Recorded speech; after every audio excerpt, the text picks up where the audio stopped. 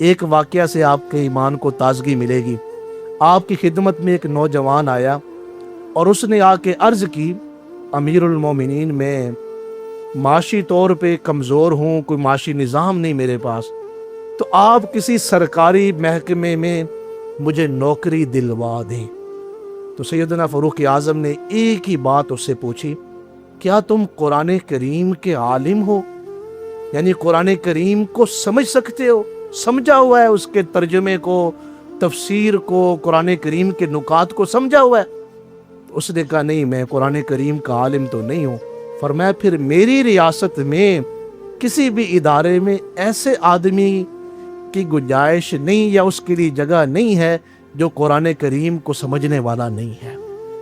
ہمارے ہاں جو نظام بگڑا ہے اور اس کو مزید بگاڑا جا رہا ہے، وہ اس لیے بگاڑا جا رہا ہے کہ ہمارے ہاں جو بیوروکریسی ہے یا جو ہمارے سرکاری محکمے ہیں، ان پہ جو کام کرنے والے ملازمین ہیں، ان کی وہ ڈگریاں، سکول اور کالج اور یونیورسٹی کی ڈگریاں، وہ بھی اللہ ماشاءاللہ نہیں تو زیادہ تر سفارشی ہیں، پیسے دے کے آئے ہوئے ہیں، ٹھیک ہے۔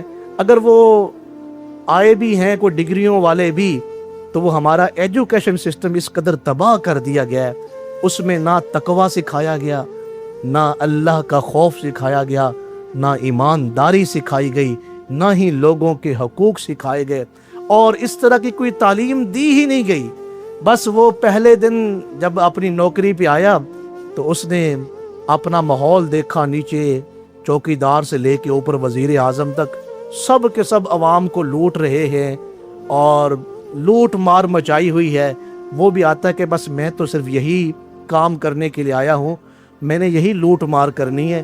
وہ کام تنخواہ لے رہا ہے عوام کے پیسوں سے، اور پھر وہ مراعات لے رہا ہے عوام کے پیسوں سے، لیکن اگر عوام کا کوئی کام اس نے کرنا ہے تو وہ اس پر راضی نہیں، اس کے لیے آپ کو الگ سے پیسے دینے پڑنے، تب جا کے اس نے آپ کا کام کرنا ہے۔ وہ کسی شاعر نے بھی بڑا اچھا ایک شعر کہا تھا کہ آج کل نفع کی نقصان کی ایسی تیسی، آج کل نفع کی نقصان کی ایسی تیسی، آپ کے مان کی سمان کی ایسی تیسی، بنا رشوت یہاں کوئی کام ممکن نہیں، آپ کی جان کی پہچان کی ایسی تیسی، آپ کی جان کی پہچان کی ایسی تیسی۔ ہر شاخ پہ الو بیٹھا ہے تو انجام گلستہ کیا ہوگا۔ ہمارے ملک کی جو سسٹم ہے، جو سرکار